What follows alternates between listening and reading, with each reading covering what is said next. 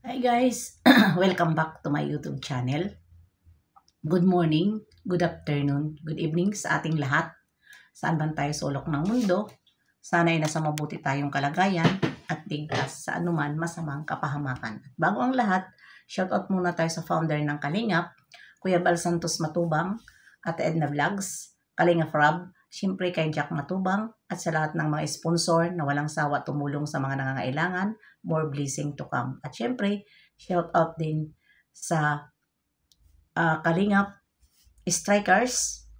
Nandyan si Ermagalo Mix Vlog, Maria Ligaspi Vlog, Selena Barbosa, Founder Ann, Hasa 26, Covers, Jacqueline Ducosin, Hayats Mix Vlog, Cell TVPH, at syempre, ang inyong tagapagdaldal dito sa SOCMED. At syempre, shout out sa aking kaibigan na minamahal, lalong-lalo na si Tita Thankful, Tita Lydia, mega love shout out.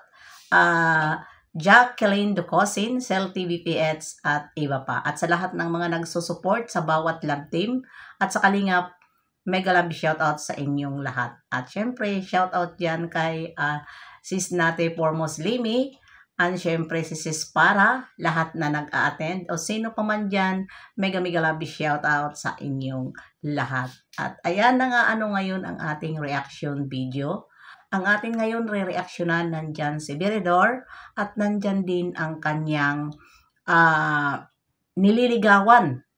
Nililigawan na walang iba kundi si Miss Gingging. Yan ngayon ang ating reaksyonan dahil ito ay tuwing kita ko sa mga live, lalong-lalo na doon sa live ni Sir July Funel at doon din kay Virador at dito rin sa akin o kay Bufil o siyan paman na mga nagko-content ay marami akong nakikita na ito nga daw ay si Gingging ay ginagamit lang si Virador dahil ang totoong gusto ni Gingging ay si Kalingap Ido. Kaya magtatanong ako dito kung gaano ito katotoo na mga haka-haka dito sa loob ng Kalingap.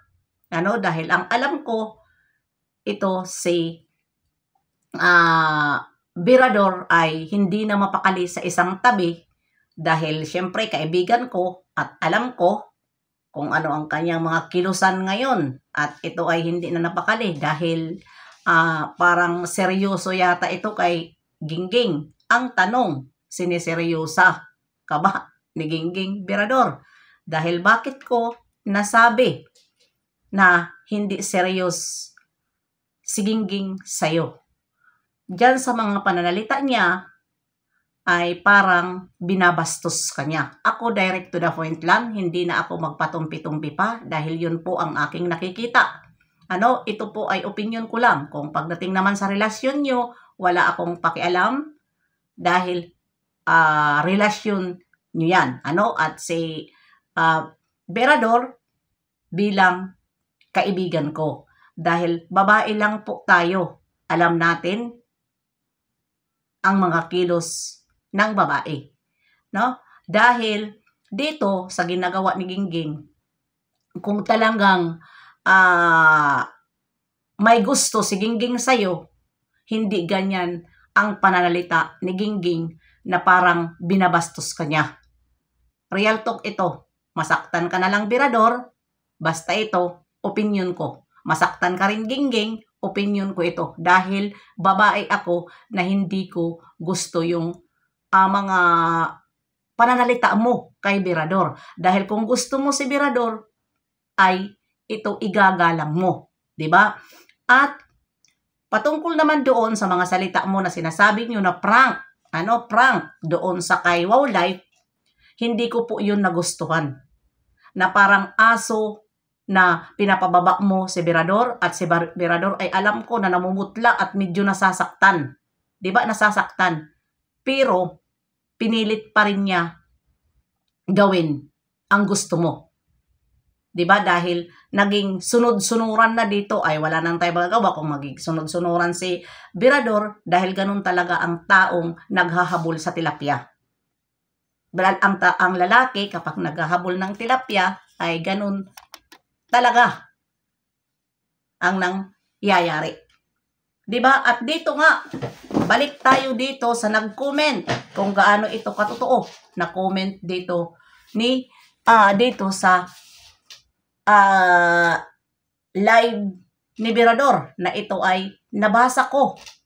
Nag-reply ako dahil hindi naman ako kagabi sa kay Berador dahil nag-live din ako at ayun, nag-reply ako sa kanyang mga comment. Doon sa mga comment, nag-reply ako at may nabasa ako na ito nga, teka, ang sabi niya dito, ito si Cover Kirby. Si Cover Kirby, nag-comment ito doon kay Berador. Teka, parang na sisiga doon sa kay Berador. Ang sabi niya muna dito, kupas ka na, Berador. Mayabang ka. Mayabang ka. Akala mo matalino ka, pero hindi. Ayun. Hindi si Berador mayabang. Tanungin lang kita, hindi si Berador mayabang. Dahil si Berador po ay matagal ko ng kaibigan. Correction please lang, hindi si Berador mayabang. At dito naman, siya rin ito na binabasa ko, si Cover Kirby. Yan. Cover Kirby at ito, ang sabi niya dito, sinungaling ka, Berador. Pinapakita ni Gingging yung message mo kay ni Gingging about Ido. Galit na galit ka kay Ido, gusto mo na suntukin dahil sa selos. Ayan. Ayan po ang aking nabasa kung gaano ito katotoo, Gingging, na ang conversation nyo, dahil dito nga dalawa lang naman ang patutunguhan nitong nag-comment. Ito ba yung kaibigan mo, na close mo, na siniraan ka?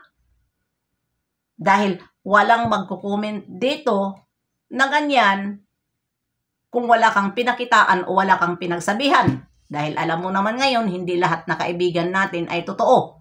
Mayroon kaibigan na nakikipagkaibigan lang, pero ay sinisiraan ka na pala. Di ba? Hindi mo alam na totoong-totoo ka, lahat, nagtiwala ka, sinabi mo ang lahat, pero sisiraan ka rin naman pala sa bandang huli. At ayan dito nga gaano ba ito katotoo na ang conversation nyo, ang messenger ni Berador, na pinakita mo ba ito kay Ido? Diba? At bakit nadadamay dito si Ido? Gaano yan katotoo? Diba? Kaya hindi natin ito paniwalaan, dahil alam mo naman si Kalingap Ido, kapag hindi totoo ay nagagalit yan at ayaw niya na i-comment yan sa kanyang live, lalong-lalo na kapag hindi totoo. Dahil si Kalingap Ido ang ugali, direct to the point. Nagpapahiya talaga kahit yan ay follower niya. Kapag walang katotohanan, hindi yan pwede na hindi ka sasagutin ni Kalingap Ido. Diba? Pero, ang totoo, dahil kami po ay nakakaalam, at inamin naman ito ni Berador, nabubuksan niya ang messenger mo at nabubuksan mo rin ang kanyang messenger. Yan ang maliwanag na sinabi ni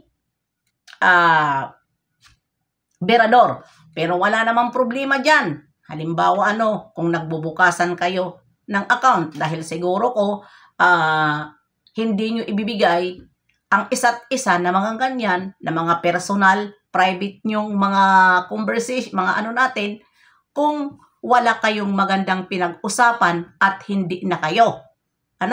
Dahil yun po ay messenger. Kung talagang kayo na, Yun ang nangyayari. Di ba? Na hinahawakan nyo na, baka yun ang nangyari. Baka parehas kayo ni Birador, wala kayong tiwala sa isa't isa. Mahirap yan na relasyon kapag ganyan.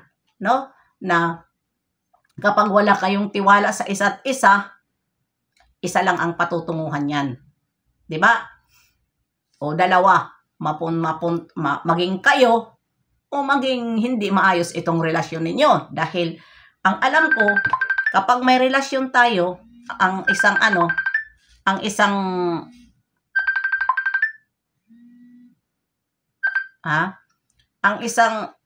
tao may tiwala sa isa't isa. 'Di ba? Ganon ang nangyayari. Kaya nga kahapon na sinabi ko na nagmukhang tanga tayo dahil lahat pala ng mga mini-message natin kay Birador ay ito ay nalalaman ni Gingging. 'Di ba? Dahil nga ibinigay. Totoo ba 'yan, Birador? Itatanong lang kita, totoo ba 'yan na may message ka doon kay Gingging na muntik mo na suntukin si Ido dahil nagsisilos ka? Kaya pwede mo naman ito sagutin ako kung totoo. Dahil alam mo naman ang mga comment, 'di ba? Ganon talaga. Basta yun lang ang mapapayo ko lang sa inyo. Pwede nyo i-private ang inyong relasyon. Huwag na sa sukmid. Na kunyari, nag-aaway-away kayo, hindi maganda. Dahil kahit ako, hindi ko rin nagustuhan. No? Dahil dapat pagkatapos nyo, nagsalita kayo na it's a prank. Diba? Ewan ko lang kung nagsalita dahil hindi ko naman tinapos doon kay Wow Life. Basta nung nakita ko lang na hindi ko na nagustuhan, yung wala pang sinasabi na it's a prank, nag-exit na ako. Dahil parang hindi ko gusto ang mga sinasabi mo doon, Gingging. Hindi mo nire-respeto. Kahit saan ka, kahit anong pananalita mo, napapansin ko, hindi mo nire-respeto si Birador. Kung ganun lang naman, mag-prank ka kay Birador na ayaw mo. Huwag mong sabihin na 50-50. Direct ka na sabihin mo ayaw mo kay Birador. Huwag yung gamitin pa kayo, magpapaano pa kayo sa social media. Huwag yun. Dahil marami kang magiging kalaban na ganun ang trato mo kay Birador. Kahit ako, hindi kita magugustuhan. Yun lang po. Bye-bye. See you next live and upload. God bless sa ating lahat.